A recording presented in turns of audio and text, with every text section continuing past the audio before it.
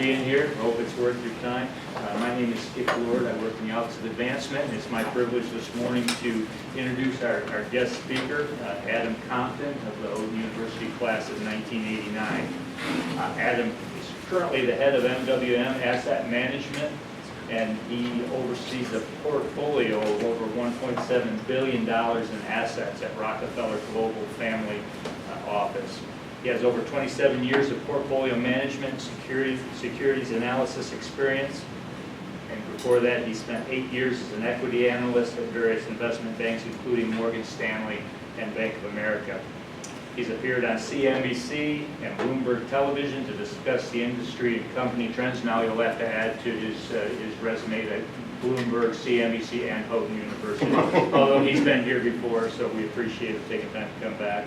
He also spent 3 years as a bank regulator for the state of Florida during the banking crisis in the late 80s and early 90s. Adam earned his MBA from Cornell University. He currently serves on the Houghton University President's Advisory Board, and he volunteers time assisting with the food rescue organization's Second Helpings Atlanta, which helps address both food insecurity and food waste. Please join me in welcoming Adam Compton this morning.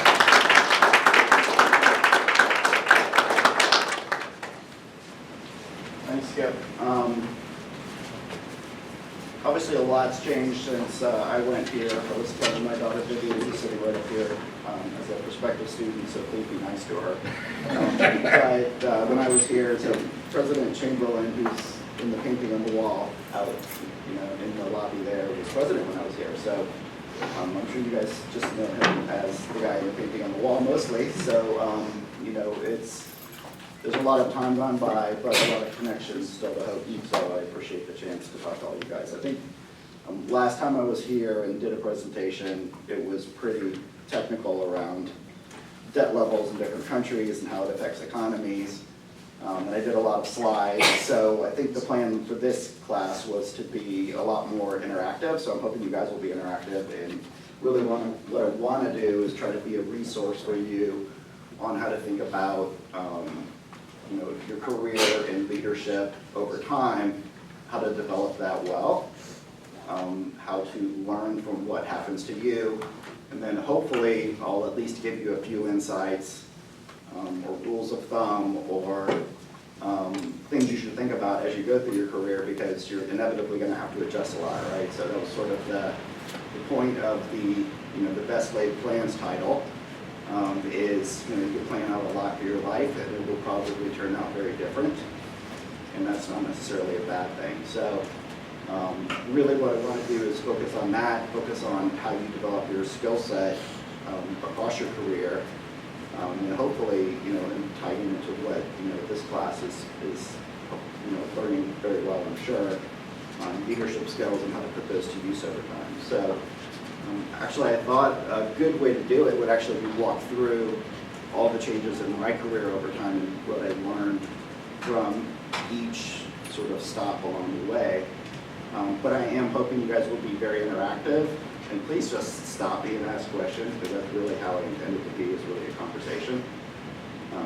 I'll throw stuff in along the way. I'm happy to really just try to be a resource for everybody here, because that's really my point, and I think hopefully that's a skill that you guys will develop across your careers, because I'm sure there's a few really smart people in here that will do well in 20 or 30 years will come back to Houghton and hopefully can contribute something to the community here, because it's something that as you get older and get farther along in your career, you're worried less about what's my next stop and more about what can I do to have a positive effect on the people around me, right? So that's really what I want to focus on while I'm talking to you guys. So I think one of the themes that you will hopefully get from all of this is really try to surround yourself with quality people in quality situations as you go through your career. So that's one thing I've definitely learned, is the quality of the people around you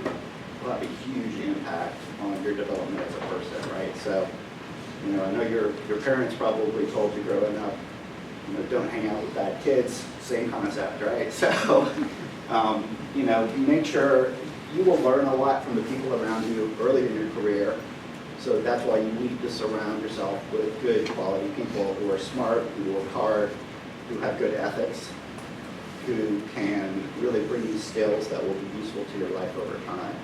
So it's very, very important. You won't always get exactly that, especially out in the real world.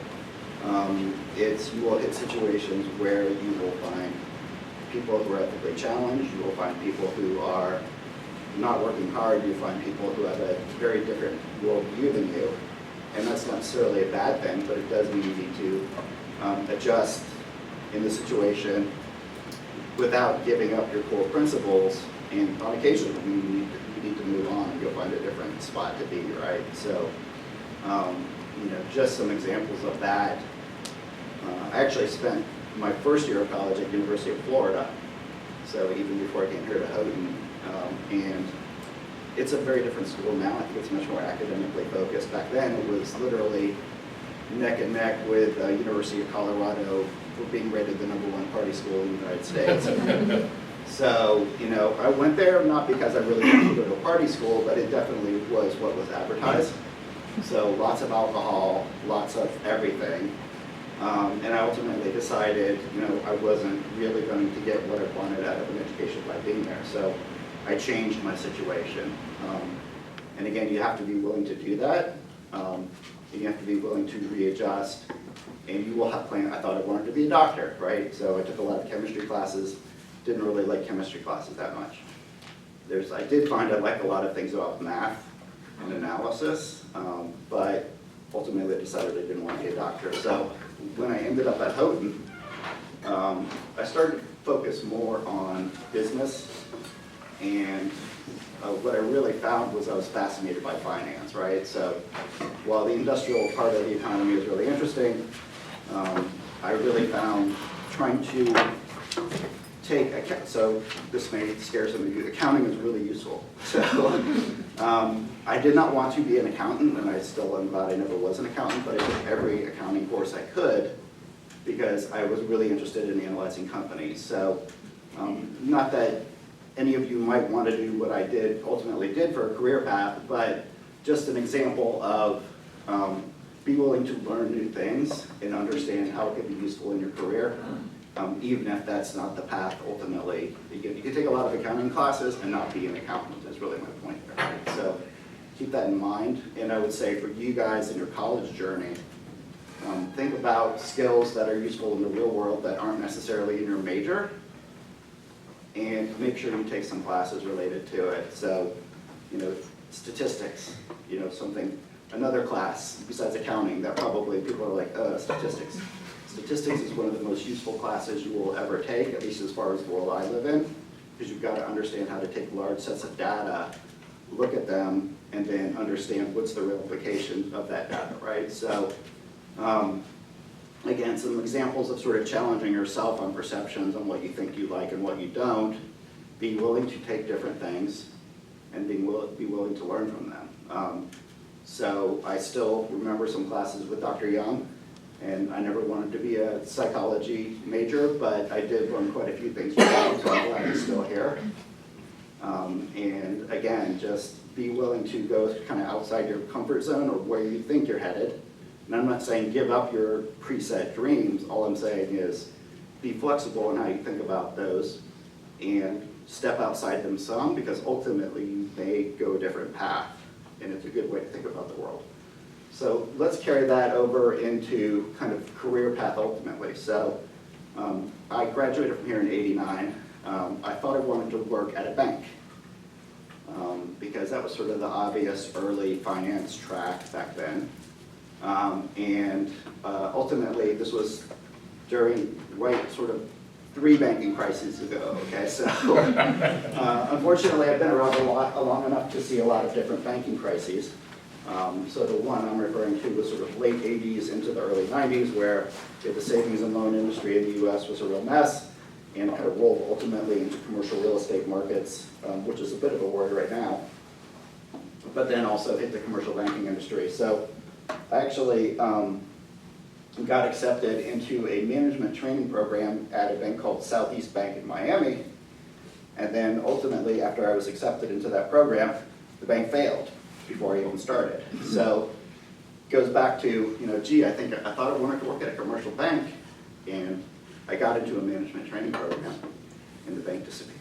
So, again, it goes back to you will have your plans in life, and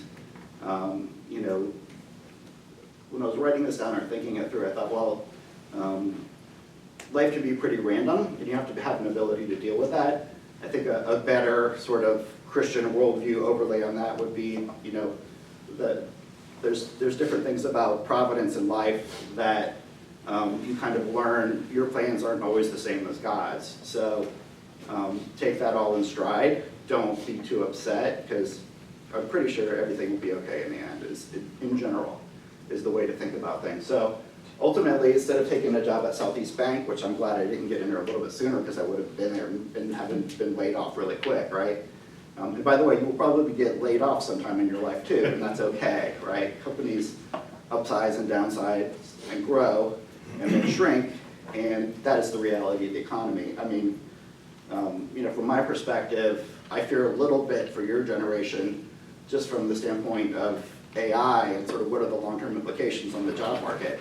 There will definitely be jobs, because people need to stay occupied, but they will change rapidly, because sort of the marginal utility of the human brain will sort of shift on where that's most valuable in the economy, kind of whether we want it to or not. So, as a student now and as a lifelong learner, hopefully later, you got to take that into account and really be willing to constantly reassess your skill set for how the world as it exists today, and make sure that you can add to that skill set and really, again, be able to contribute to the economy over time. So, some classes, again, I think about now that could be useful for you guys, are also just, computer programming classes. And like accounting, you don't have to want to be a computer programmer, but almost anything you do in life now probably has some necessity of being able to understand programming, data, and how to handle all that. So, hopefully if it's not already a requirement here at Houghton, it becomes a requirement over time, because it is the reality of our world. We are in a very different age than we were when I was here. This is the age of data. There is so much data being collected now that needs to be analyzed. It can have great uses, it can have horrible uses, but it is there, and you need an ability to deal with it. So programming skills along with statistics and data analytics is, again, sort of almost across the board. And anything that you're doing, you're going to need the ability to do that. So again, sort of things I would keep in mind. So first job was a bank regulator, so I kind of go back to the theme of surrounding yourself with good people and learning from them. Really important leadership skill. It helps you on the early end of your career, and then later on in your career as a leader, you should be helping those around you. I think, just being a good person, that's important, but it's also really good, at least I know my personality type, I'm a giver. I like to help those around me. It's kind of good for my soul to be able to help people. To me, I've got maybe 10 to 15 years of career left. A big part of that is really trying to develop the talent around me to help create the next generation of leadership in my business and in other businesses as much as I can. So it's a good thing. And if you get exposed to it early in your career, you can sort of learn ways to help pass on your knowledge, and it's a really important thing. So, my 3 years as a bank regulator is a government job. I guess everybody should spend 3 years working for the government, because it's a good sort of contribution to society, but you also kind of learn how limited government is, right? The government wants to help with everything because the government likes to be bigger. The government's not really that great at doing many things, right? So, and you kind of learn that, I think, especially if you spend 2 or 3 years at the government. That was about what I could take. But there's things the government, banking regulation is a great example. You need some banking regulation, otherwise you have even worse and bigger banking cycles. That's terrible for the economy. Schools, military, things like that, shared utilities like roads. Yes, those are things the government should handle. But you also, again, as a government employee, you're going to figure out how inefficient it is. That back to the best laid plans, there's the intention and then there's the actual effects, and a lot of times there's a huge gap on that with government implementation. So something to keep in mind. It's part of the reason why I work at a private charity too. To me, it can be a much more efficient way to accomplish good things than kind of just leaving it all to the government over time. So again, kind of something to keep in mind. So I had a really good boss during my 3 years as a bank regulator. He had gone through a career on Wall Street. He worked for State of New York Department of Banking for a while. And then ultimately he was down in Florida. Really good guy. Taught me good skills. Taught me what to watch out for. And was really a good mentor, right? So he was a great example to me of being a good mentor to the people around you. And trying to pick up that skill set. It goes back again to surrounding yourself with good people. So earlier in your career, you want good people around you so you can learn from them. Later in your career, you want good people around you because ultimately you will have a better team and you will have a better product if you can get the people who are motivated, focused, and again, sort of aligned with your ultimate goals of where you want an organization to go. So surrounding yourself with good people in the right situation, incredibly important thing. Being a lifelong learner, I've already touched on that some. Please read constantly. We're in a world of watching TikTok videos and doom scrolling every morning when you wake up. Take some time during the day to read. It is part of how you will learn, and I just know with my career, even now, if you really want to keep on top of what's going on in the world of finance, it's a constant data flow. I'm constantly reading. Yes, a lot of it's online because that's ultimately the format I receive it in, but I also take the time to get away from the electronic format and read books. Please do that constantly. It doesn't all have to be on subject matter of your work, but I just think basic human brain development tends to be better if you're constantly reading. And again, it goes on to, as you go through your career and as things change in the business world around you, ultimately you need adaptable skill sets. That means you need a really broad knowledge base that's going to be changing over time. So post-regulator, I wanted to go to grad school and get my MBA because I did decide, I wanted to go further in finance and try to work on Wall Street. So this is a case where I actually planned on something and it did happen. Back to Providence. So I applied to 5 really good schools, all of the names you've heard of. I had really good GMAT scores. Part of that is because I got a good education here at Houghton with good sort of core liberal arts and learning. Again, sort of back to basic skill sets you can take everywhere. Critical thinking. If you don't have a good critical thinking skill set, understand basic logic, which was another class I took here, you will be lost in many situations. It's a skill set and a knowledge base that's adaptable across anywhere in your career. But anyway, back to sort of how things fit into my career trajectory. So I got really good GMAT scores. I figured that would help me. I did get an offer from Duke, but ultimately I deferred that for a while. And ultimately I got into Cornell. And I was really happy about it. Side story on that, on some things in your life will be random. Once I got to Cornell, I ended up talking to the admissions officers, just in a different context. And I was talking to one of them, and I introduced myself. He's like, you're out of Compton. And he said, yeah, he's like, I actually got you in. And I said, really? And he said, you were not going to get voted in because you didn't come visit the school. And I didn't know, back in the 80s, you didn't actually go visit every school you applied to. I think it's a little bit different now. A lot of students go and visit almost every school they apply to. Back then you didn't really do that. and I didn't realize that it was an expectation at Cornell. And I said, okay, how did I get in then? And he said, you wrote a really good essay on developing markets, and if you were running a consumer products company, you know, and you were expanding to the developing markets, what cities would you headquarter in the different regions and why? And I still remember the essay, weird things, because that was a long time ago. And I basically wrote about Sao Paulo, Brazil, Mumbai, Delhi, or Delhi, I can't remember which, India,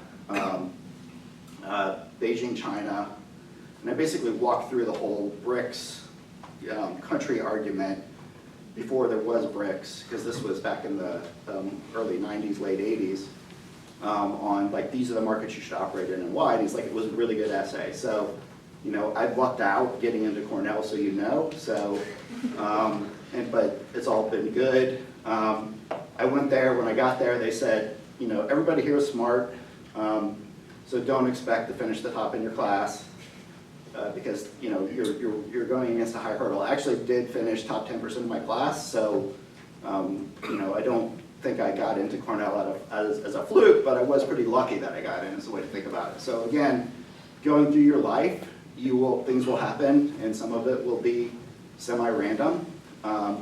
Just keep trying, don't give up, keep working towards your goals, and you will find a path, and God will help you get there, is sort of the main takeaway and all that. So went to Cornell, really enjoyed it. You know, I will say for a big university, the business school there, the professors were very accessible, which is one of the reasons that I applied there. I still have good memories of some of the professors there because they would spend the time to talk to you about things, not just give the lecture, walk away, and, you know, give you your grade. And I learned a lot there, right? So again, hopefully everybody here is here because they want to learn. And if you ever go to grad school, you know, you'll probably be paying for it yourself, not your parents. That might give you a little bit more motivation. I'm sure a lot of you guys are paying for this too. So, you know, I don't mean you're dismotivated, but I appreciated what I got there, partially because I, you know, was coming straight out of my pocket at the time. So, you know, leaving Cornell, my last semester there, I got an internship at Smith Barney in New York City, working in the equity research department under a gentleman who covered financial institutions because I had the regulatory background. So I didn't know it at the time, but having a regulatory background is incredibly useful for doing securities analysis of financial companies on Wall Street, because you have to understand the regulatory environment. I think the most regulated industries in the US are nuclear, like nuclear power plants, and banking, and for good reason, because if they go bad, they really hurt everything around them, right? So having the regulatory background was super useful. It got me the job at Smith Barney, right? And again, I hadn't gone saying, I don't think anybody goes to school saying, gee, I want to be a bank regulator, right? It's just a weird, niche-y thing. But ultimately, it worked out for me that way. So again, as you go through your career and your plans, and some things turn out different than you think, it's not necessarily a bad thing at all. Because ultimately, I love doing the analytical work. I love analyzing companies. I still do to this day. That's part of what being a good portfolio manager is being able to dig into the financial statements of a company, to meet with the management team. So again, back to sort of interpersonal skills, psychology, other things you can apply. Like, you've got to understand how people work, because that's how anything really in our world works. Like, different organizations, they're run by people, right? Even the church is a human organization. So yes, we go to church and we think about God, but it's all run by people. So any organization you operate in, you're dealing with people, you need the skill set to do that. So, you know, learning to understand management teams, understand their motivations. It's really important when you're analyzing companies, but it's really important in any job you guys are going to have across time. So interestingly, so that first job, it actually started my last year. So I went and did a summer internship there, and the senior analyst that I was working for as an intern was like, I want you to quit grad school and come work with me right away. And it wasn't because that was the best thing for me. It was because he needed somebody right away, and he knew I could do the work. So You will hit points in your career where somebody will push you because it's convenient for them, and it's not necessarily good for your career development at all. So keep that in mind. I could have done that. I would not have had my MBA. I think it would have very severely truncated my career from there. So sometimes in your career, you got to be willing to push back. That to me was an indication that this guy was not a great team player. He was not a good leader of his team. And ultimately, I stayed with him about a year, but ultimately I had to extricate myself from that situation because it wasn't a healthy situation, because he tended to just burn through all the people that worked with him. He did it a little less than with me because he was clearly dependent on me because I understood accounting. He had started off in the world as a writer. He had written for the Wall Street Journal, some really prominent papers, but he didn't have an accounting background. And when you're analyzing companies, as an analyst, you spend a lot of time writing, but you have to be able to tell what's actually going on. So effectively, he needed me there to analyze all the data for him and kind of tell him what it was indicating, and then he could write it up. So he was very dependent on me. That's why he wanted me to come right away. Ultimately, I talked to the head of research at Smith Barney and said, hey, this is what the guy's telling me, that I need to quit grad school. I said, I don't want to. Then ultimately, the gentleman stepped in and sort of held up the analyst off, helped me get through my final year of grad school so I could get my MBA, and I ended up working there for a year afterwards. So again, have courage when you hit a situation where somebody has a different and probably not for your best interest view on how things should be handled. You're going to have to be able to stand up for yourself. It doesn't mean you should have a bad attitude. It doesn't mean you shouldn't work hard always. No matter how bad the situation is, as long as you're there and they're paying you, please make sure you work hard and do your job. Because even in an adverse situation, people will remember you for what you did and what you contributed. So just another skill set to carry with you. You could take a situation that's bad, have it affect you psychologically, and sort of ultimately become not a good employee or not a good team member. And that ultimately that reflects on you, not the person that you feel is causing the issue. So keep that in mind. Again, it doesn't mean you have to put up with it forever. Start looking for another job, get yourself into a better situation. But don't let that ultimately be reflected back on you by doing poor work quality, or not showing up for work on time, or or being hard to get along with generally. So it is a balancing act, right? So back to sort of leadership. Think about ego. Ego is a really hard thing because, especially if you're leading a team, you have to have some ego. You can't be, you could set goals, but if nobody's meeting them and you don't give people any feedback, or you don't, help them understand that it's a problem if you're not hitting the goals, then ultimately the team's going to be dysfunctional. On the other hand, you got to make sure you don't go off the rails on the other end by just being sort of megalomaniac, screaming at everybody when things happen that are totally outside their control, because I've seen both ends of the spectrum, right? So you will go through life and you will go through leadership development and ultimately have to figure out where the balance is in different situations. And that takes some nuance, and that takes some, it also takes some self-knowledge, right? So, again, that same boss that tried to get me to quit Cornell would scream at our assistant when something would go wrong, even if it wasn't the assistant's fault. Like, I'm not going to typecast too much or stereotype too much, but Irish guy and red hair, and he would turn bright red while he was screaming at the guy. So it was just sort of a stereotypical angry Irish guy. But ultimately, I think that anger came out of fear because he felt out of control of the situation. If you have a temperament that tends to get overly angry, you've got to be self-aware on that, and you've got to control it. And everybody has different personalities, everybody has different temperaments.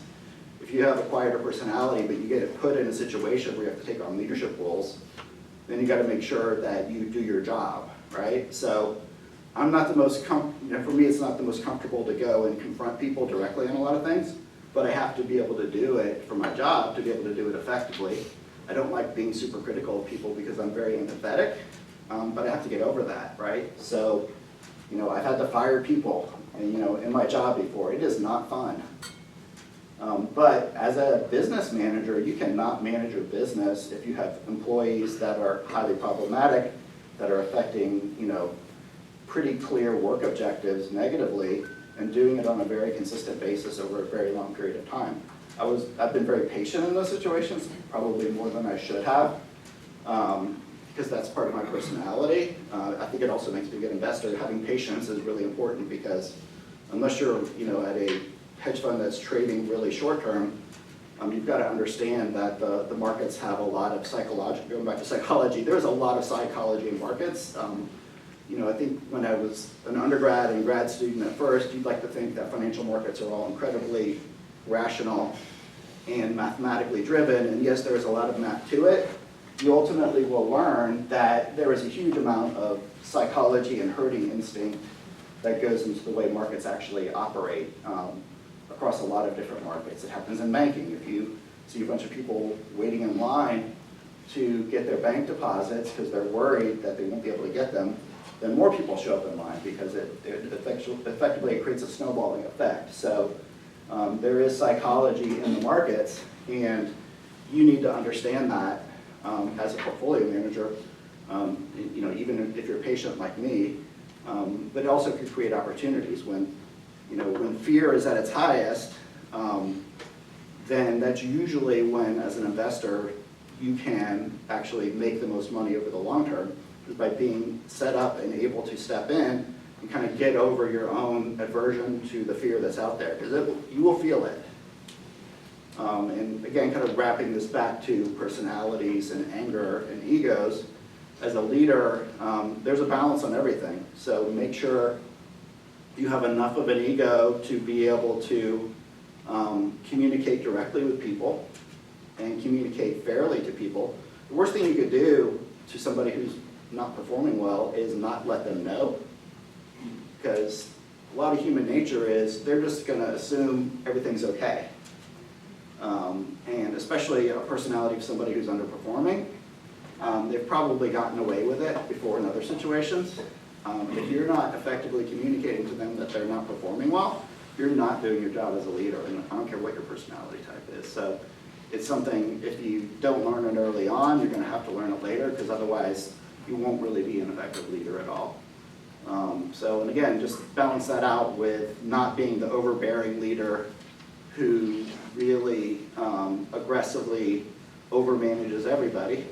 And again, that also goes back to get the right people on your team that really fit your management style too. So for me, I'd like to have people who are more self-regulating, good executive skills that will aggressively seek out what needs to be done, as opposed to just doing what I tell them to do every day. I don't want to micromanage people.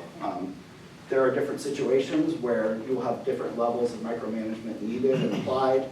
I do not work in the military. The military is ultimately micromanagement for a lot of different reasons. Different skill set, different realistic situation. I work in a professional setting where I generally am working with really well-educated people where there are very high expectations around them. So I don't really want to be constantly planning out their day-to-day, minute-to-minute activities. And if it ultimately comes down to that I have to, then that's a problem. So again, ego is a thing where there's different parts of the spectrum.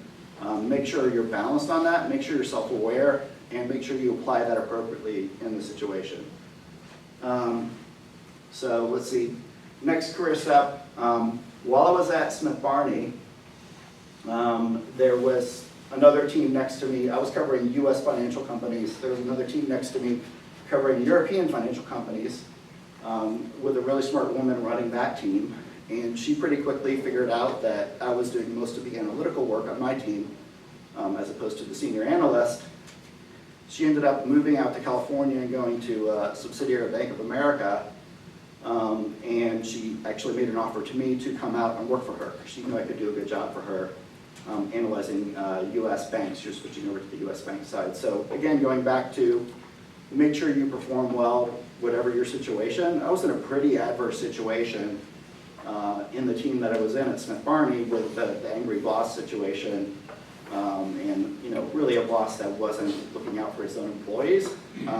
She extracted me from that. So, and said, hey, I know you can do a good job, come out and work for me in California.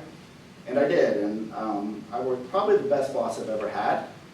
She, really smart woman, and she made sure everybody who worked for her got credit for the work they did. It's a really important skill as a leader.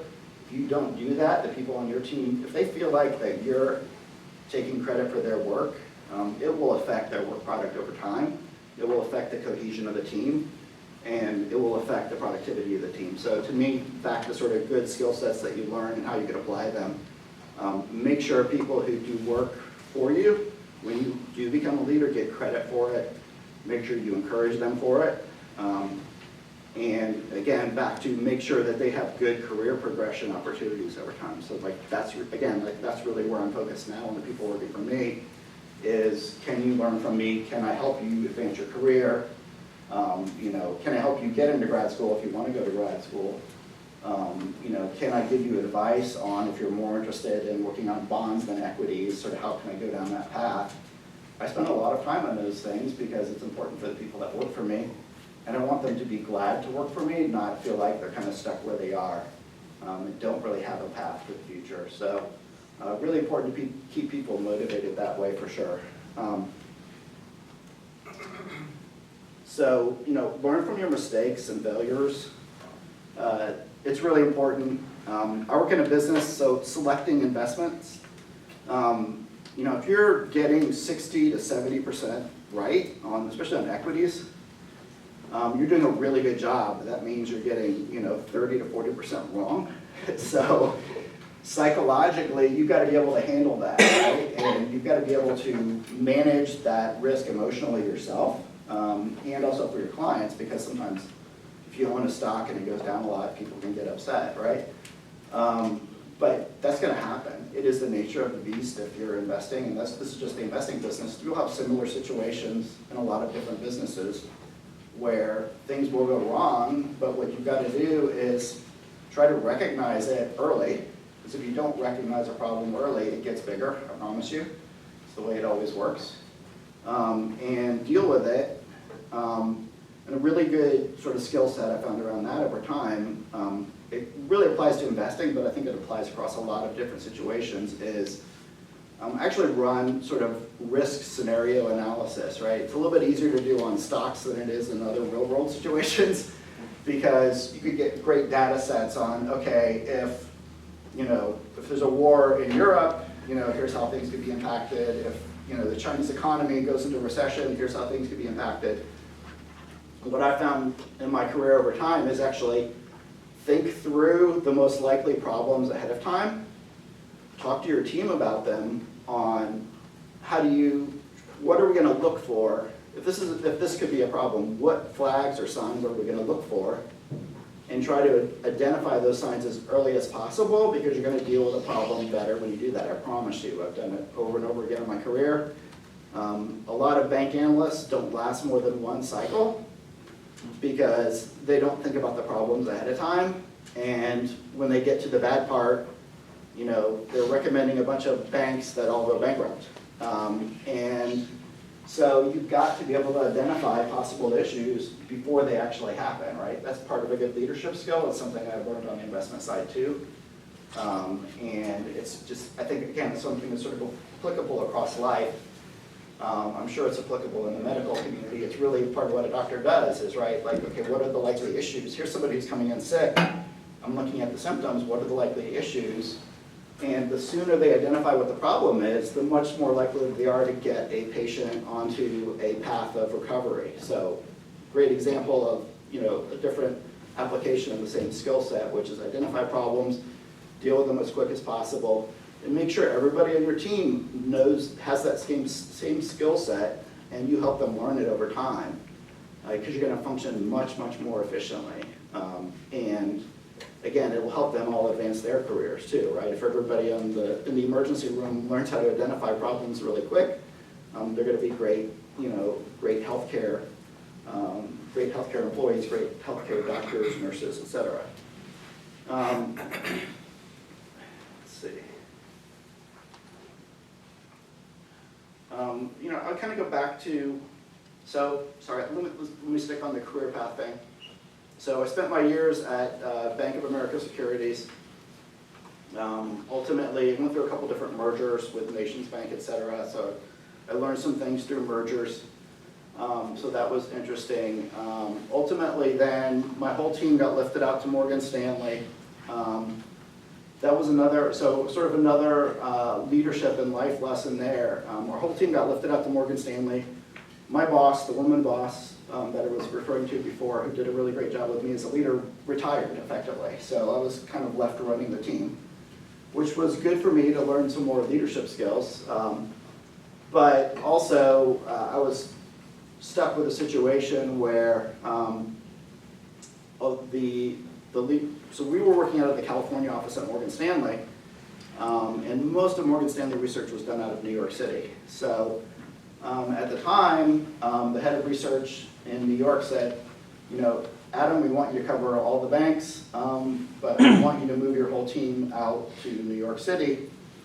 And I said, okay, maybe. I said, but when I had talked to several different of my team members, and the majority of them didn't want to move from California to New York City.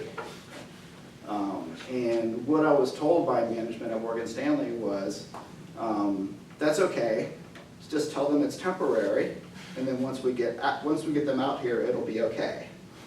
So, I was told to lie to the employees, at least and I'm not saying all of Morgan Stanley management was responsible for that, I'm just telling you what I was told by the Associate Director of Research.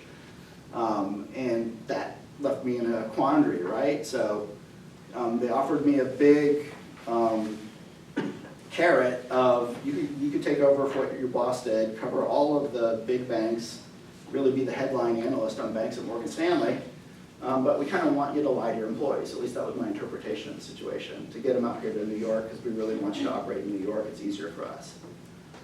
So ultimately I told them no, that I wouldn't lie to my employees, or I felt like, or at least have some level of dishonesty on the fact that it would be a permanent move out to New York City, which ultimately that impacted my ability to, get advances as much as I wanted to at Morgan Stanley. Interestingly, at the time, I was already thinking about switching over. So in the world of investments, you have what's called buy side and sell side. Sell side are the investment banks who do lots of analysis and trade the stocks, and then buy side, which is what I do now, is the investing side. And ultimately I had decided I wanted to move to the investing side anyway. So I wanted to shift my career that direction. So I decided I was going to do that. I had started talking to firms about shifting over to the investing side, to the buy side. And ultimately, so again, back to plans change and things happen. While I was working on that, September 11th happened, which, I'm pretty sure everybody in here was probably born after September 11th. Were you guys all born? Well, not you guys in the back, but, so ultimately back to sort of things change rapidly. So I knew there's a specialty firm that covered banks that I knew a lot of the people at. I was good friends with 3 people who died. And this firm lost, I think, 68 employees in the World Trade Center. So really tough situation. And even though I decided I wanted to move over to the buy side, this firm decided to keep Bretton Woods. They still exist, although they're merged into Stifel now. Ultimately, they decided they wanted to rebuild the research department, because they lost, most of those employees were in the research department. And the new head of research, who I knew, personally called me up and said, hey Adam, would you come from Morgan Stanley and come work for us? And I said, well, I'm really planning on transitioning over to the buy side. I said, but I lost some friends and I'm willing to do this. And honestly, it was a great experience for me. So ultimately I took that. Ironically, I spent most of my time in New York City for the next year and a half. Even though I wasn't permanently living there, I was flying out to New York City all the time, because that's really where they were based. And working out of their new offices in New York City, because obviously they weren't in the World Trade Center anymore. But for me, that was a great learning experience, partially on, I ultimately learned I like to build things when I had that experience, because they really started from ground up again. because they lost so many of their employees, they really had to rebuild that entire department. So again, sort of changes of situations will help you learn things about yourself and ultimately help you drive a better career path for yourself and put you into situations that really excite you and make you more comfortable. So, I was probably, they had a few people that were hired before me, but I was one of the more senior people they brought in as they tried to help rebuild a research department. I really helped reset up a lot of the infrastructure process, help bring in new people. Ultimately, I brought over my whole team from Morgan Stanley that, that Morgan Stanley had wanted to move to New York. We were able to ultimately reside out of San Francisco, although we were spending a lot of time in New York. But at least to me, it was a more honest situation, but it was also a way for me to try to get back in a situation where there was a lot of terrible things happening in the world. I told them I would do that for a year or two. I did, and then ultimately I got a good offer to switch over to the investing side out at a firm in California. So again, you will hit situations in your life where things aren't optimal, or things in your career aren't optimal. Keep working hard, do the right things, take care of the people around you, because it's super, super important. And ultimately, the situations will improve either because of changes you're making or because of changes around you. So just keep that in mind. And again, don't let it affect your ability to make the right decisions. So switched over to the investing side, spent 5 years at a subsidiary of Allianz, the big German insurance company. In California, they own a lot of US asset management companies. Learned a lot about the actual investing side, not just the analysis side. Ultimately, I took a job at a hedge fund out in Georgia, pretty big hedge fund, about $7.5 billion, and I ran a financial services portfolio there. Again, learned a lot, but also ultimately decided I liked building. And when an opportunity came up for me to switch over to a family office structure where they were looking for much more infrastructure on how to run the asset management business there, it ended up being a good opportunity for me. Again, I'm trying to make sure I'm wrapping in like things that happen that you didn't expect and sort of what ultimately how that affects your career and its trajectory. I did spend, after I left the hedge fund, I had to spend a few months on effectively what's called gardening leave, where you're not supposed to directly compete with the industry that you left. So I spent a few months working for a technology company in California. And I helped them I worked basically as their head of finance, helping them get through a capital raise. And sort of another situation where, make sure you surround yourself with good people. So the CEO of that company, really smart guy, but probably not what I would consider the most honest guy in the world. He basically liked to run a perpetual startup. And ultimately, when I got him through the capital raise, literally less than a month after that, he wanted to change the business model of the company and what they were pursuing, even though we had just gone through a capital raise, raising money based on the existing business model. And in Silicon Valley especially, companies pivot all the time, but typically you don't raise a bunch of money for one idea and then immediately switch to another. So it was just, to me, a really bad indication of how this gentleman viewed sort of honest communication or lack thereof. So ultimately that was a sign for me to get out. I learned a lot about Silicon Valley and venture capital and financial technology during those few months, but it was also a situation where I knew I was not going to let myself stay there because I never wanted to put my reputation at risk of being in a situation where the communication around what was being done with money wasn't necessarily correlating 100% to what the ultimate plans were. So again, you will go through your career and you will hit points in time where somebody around you is ethically challenged, and you're going to have to push back and either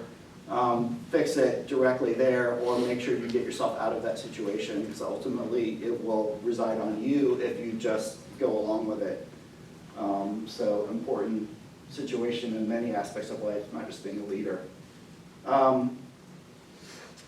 So let's see. Subjects, well, let me make sure I'm answering any kind of questions you guys have so far, because I really feel like I've been sitting here talking at you, and I want to make sure this is conversational too. Ultimately,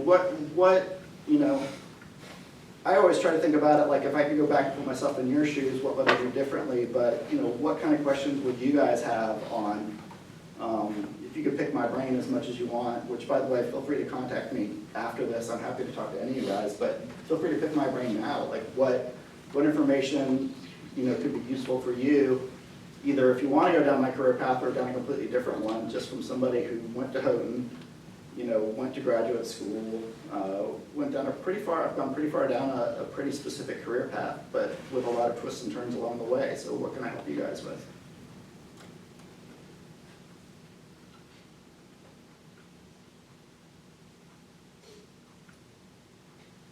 You mentioned a lot about even exactly what this leader was doing. You explained a little bit why, but how do you more so align your organization and the people around you as a leader to meet your vision and mission, which could differ a little bit from the company? But it sounds like you want to be in a company where your vision and mission align with their vision and mission as well. Great question. And so the answer is the best thing you could do is make sure you end up at an organization that really aligns with your skill set, beliefs, and has the capacity to hit those goals over time. That minimizes the problem, but you're right. You are going to hit various points in time where stuff shows up that you didn't recognize on the way in, right? And so ultimately, what you're going to have to decide is some of those are going to be relatively minor differences, and some of those are going to be sort of non-negotiables. And the real world is everything's on a spectrum. You're going to have to figure out what lines you will not cross and make sure you don't cross them. Because there are lines, ultimately you shouldn't cross. But the world's not completely black and white, at least in some issues. So, you're going to have to decide this is non-negotiable and make sure, again, it goes back to sort of how I think about problem solving, is identify risks ahead of time. That might not necessarily mean before you get to the organization, because sometimes you're not going to be able to identify them until you get to the organization. But once you get to the organization, identify the risks that you see, identify sort of, what's non-negotiable lines you won't cross, and if you see yourself approaching those, be prepared to deal with it, right? So, ultimately, you're going to hit situations where you have to seek a job elsewhere.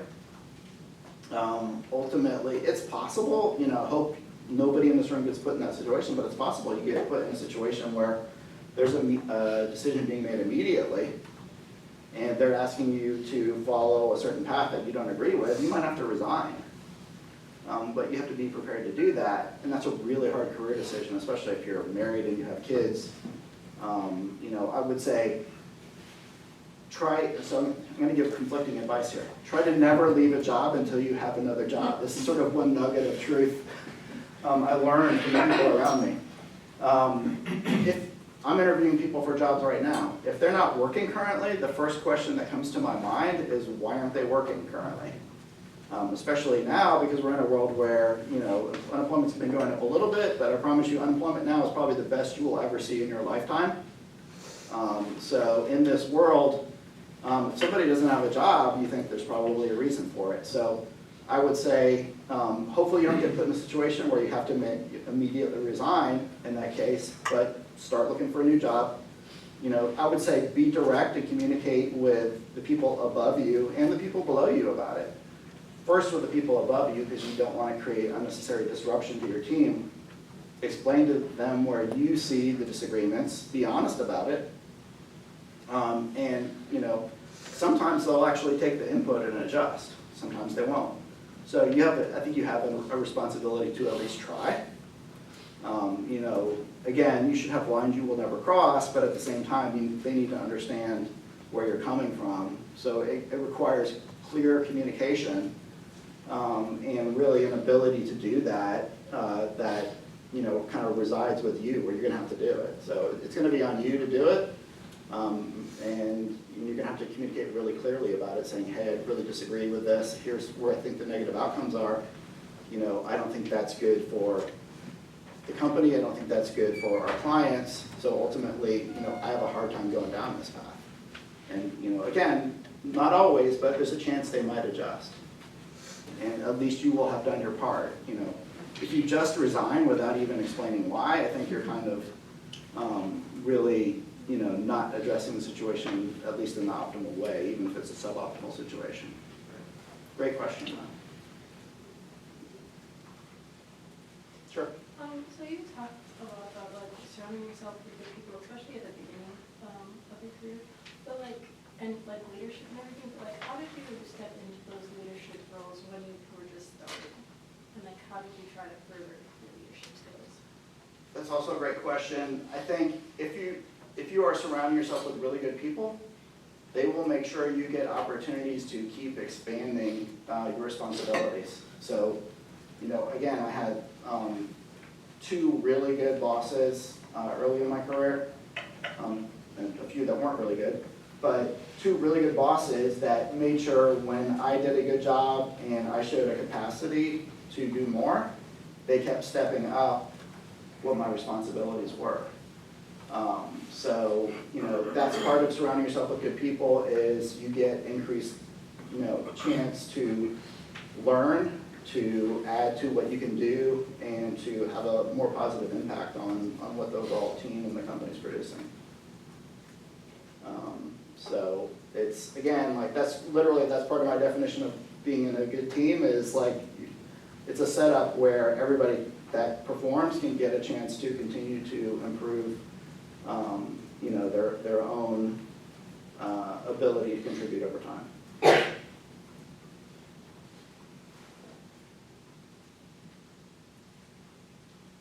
If I can stay in that same vein as surrounding yourself with good people, some of it is obviously the luck of the draw, but what are proactive steps that you can take to surround yourself with those kind of people? Great question. So the answer is talk to people that know them. I would say, Google is your friend also. We're in a world where there's a lot more information available now than 30, 40 years ago. And if people are applying to work for me now, I spend some time on the internet and looking at what their activities are on social media and things like that, right? So, within the law, learn as much as you can about those people. Again, you kind of, one sort of truism in life is, you're known by the company you keep. So, find people that have worked, a great background is find people that have worked for this person before if you're going to work on a team. And even people that are on the team currently, ping them. There's ways to contact people and try to get, a lot of people will be very honest with you, which is a good thing. So do your research, find out as much as you can. You're not going to get perfect information, that's the reality of the world, but you will get incremental information. I think a lot of times your gut will kind of give you the right feedback on how to proceed or if you should proceed.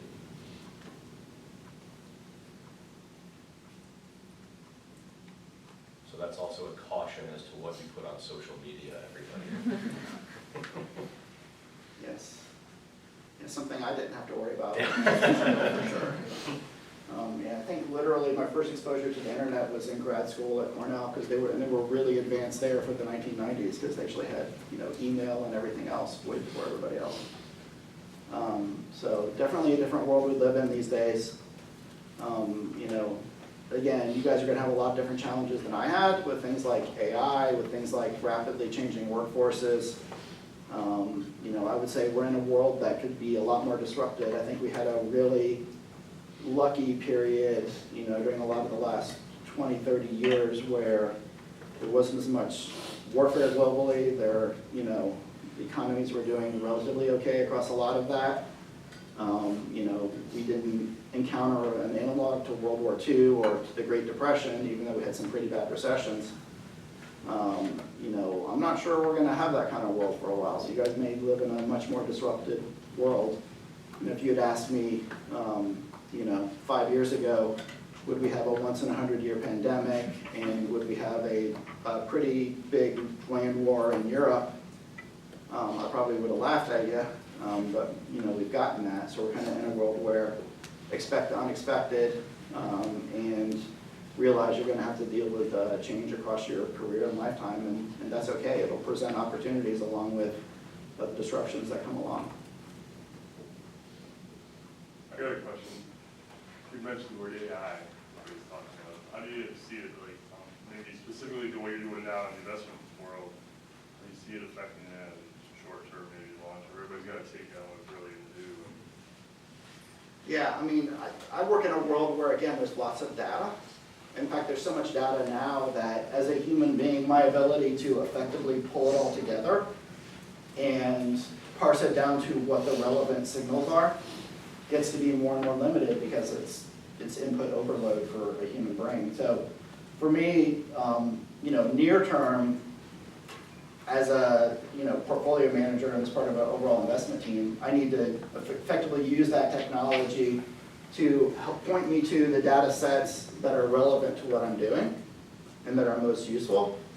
You know, ultimately, will they have AIs driving most portfolio decisions? Possibly, in 5, 10, 15 years. So, you know, hopefully I'll be retired by then. But at the same time, again, it's mostly, right now, from my world, I view it as it's a tool that you need to be aware of and using more and more that helps you deal with very large data sets and pulling those together into information that I could use for ultimately making better portfolio decisions quicker. But, you know, again, like the level of automation across a lot of different industries it's going to ramp up everywhere over time. It will take time. It takes time. It takes experience in using them effectively. But it will ramp up over time, and it will change the nature of a lot of different jobs. So, you know, again, like if I was 20 years back in my career, I think I would be a lot more worried for what I'm doing. But for now, for me, it's, you know, be aware of it, use it incrementally where you can, where it's useful. But I can't use it to replace my team of analysts, at least not yet. But I can help them to work more efficiently over time.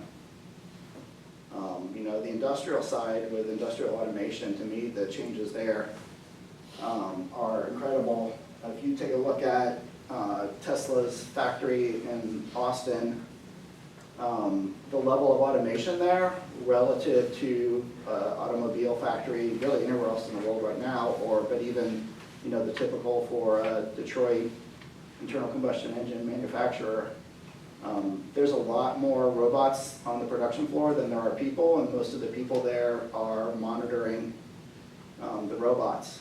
So again, back to the nature of AI and automation and how that changes jobs over time. And it will just accelerate across a lot of different industry, across the knowledge industry, which I kind of consider myself part of the knowledge industry. It's process information and put it to work. It'll change dramatically how I work there.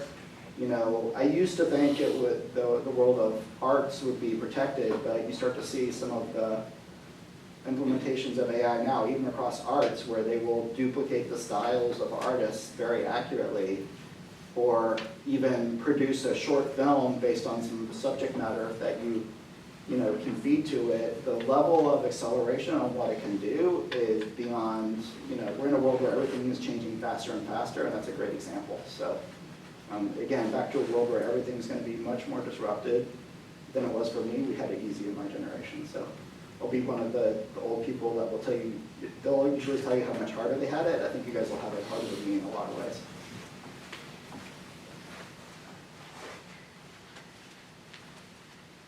Anything else I could help you guys with?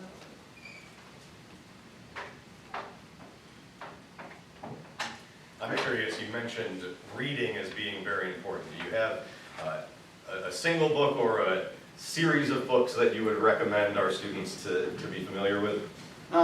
I mean, I kind of change my subject matter constantly, so I've been reading a lot on China for the last few years because it's, you know, my view, the world economy is three legs to the stool. It's US, it's Europe, and it's China. And yeah, other countries are important, but that's really the big three drivers sort of mathematically.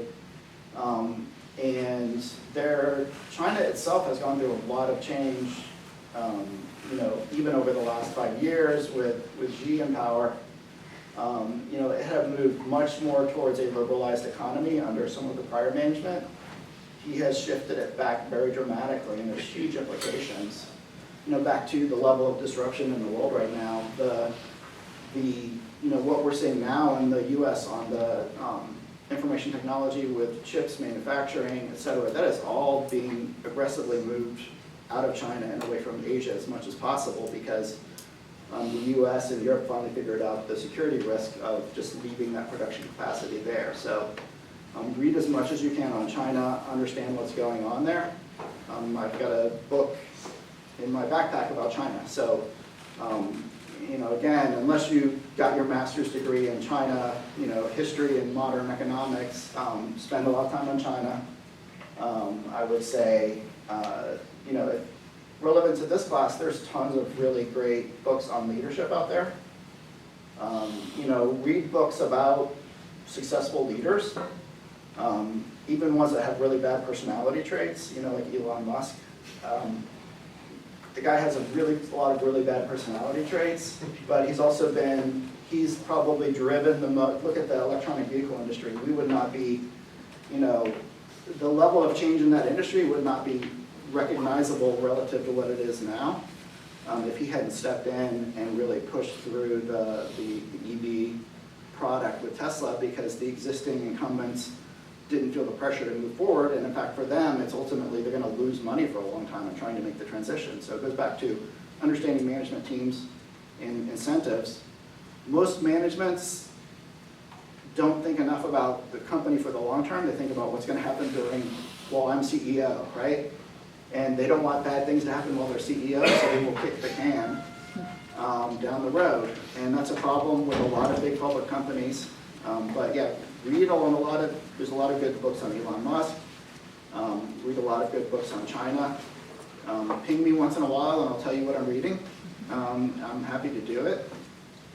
But you've got to constantly read to try to really drive a broader knowledge base to adapt as everything changes, period.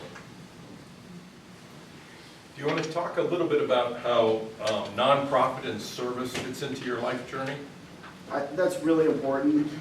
You know, I think, you know, as a Christian, you know, I think you hopefully figure out pretty quick you have an obligation to everybody around you. I think, you know, back to my conversation on don't rely on the government to do everything because they're not necessarily good at everything. It's the farther you get along in your career, you know, you will hopefully have time freed up to spend more and more time doing it, but honestly start early. It is a really healthy thing to go spend some time in situations where you're contributing to others, not just to make money. And, you know, I try to spend more and more time on my career now doing that, or from my career doing that. But it's super useful in your career. It will not get you financial returns. It will get you, I think, healthy emotional returns. It will also, it's not terrible on your resume either. So there's not, you know, to me there's not bad career implications on doing it. I think when I look at somebody's resume and I see time spent with a nonprofit, I don't think they got too much time on their hands. I think here's somebody who has really good executive management skills and has an ability to prioritize and spend time on more than one thing. And if nothing else, you know, that's not terrible for your resume, but I promise you, if you're doing it, the returns to you as a person and personal development are the greatest thing there.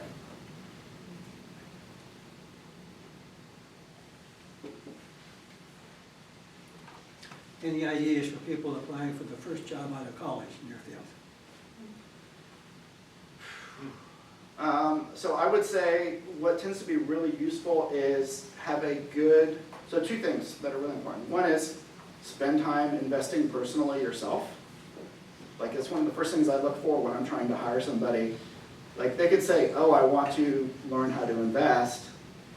It's something you could do, it's one of those jobs where this is something you could do yourself personally. Open an account at Schwab. Well, A, save up some money. B, open up an account at Schwab and then start digging into things personally. You will do the best job at a job where you get a lot of personal interest and satisfaction out of it.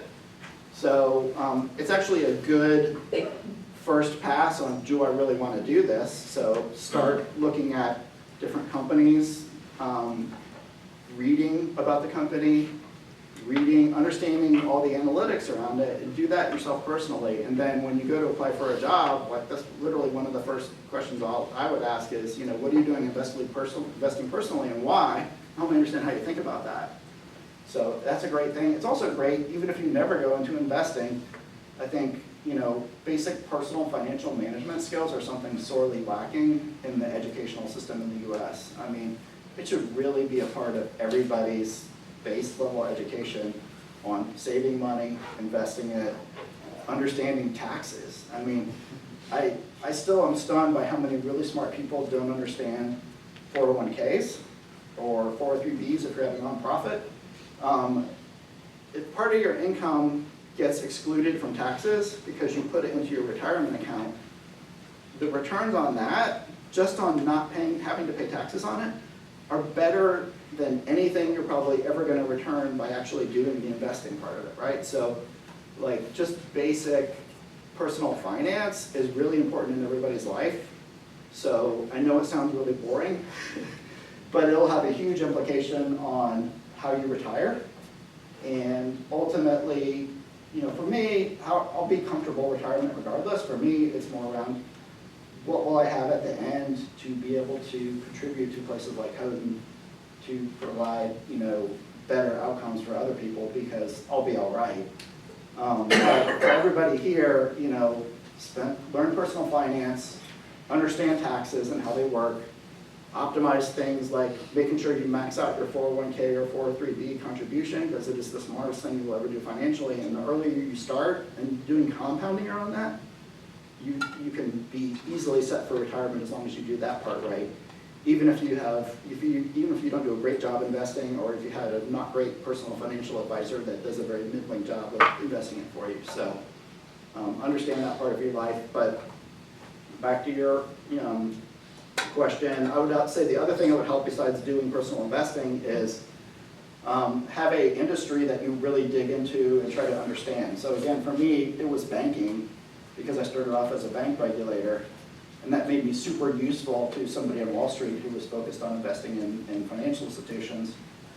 That sort of specialized knowledge set is really useful when you're first starting off in the business. Ultimately, what you'll figure out is you broaden out knowledge base, so I'm more of a generalist now. I don't really focus on financials at all. So I spend a lot more time investing in software companies and chip companies and healthcare companies. So ultimately you'll broaden out, but have a good niche knowledge base. So when you go to apply for a job, you could really walk through what the dynamics of that industry, who's doing well, who's not, and why. So you could display a knowledge set that you built up yourself. Want to be respectful of your class time. I know Mr. Compton, I'm sure will be happy to stay for a few minutes if anybody has an individual question or comment and you didn't want to bring up in the group, or you want to chat with him. Want to tell him thank you, give him a little Houghton University swag as a thank you for taking time to be with us, and maybe you can thank him as well.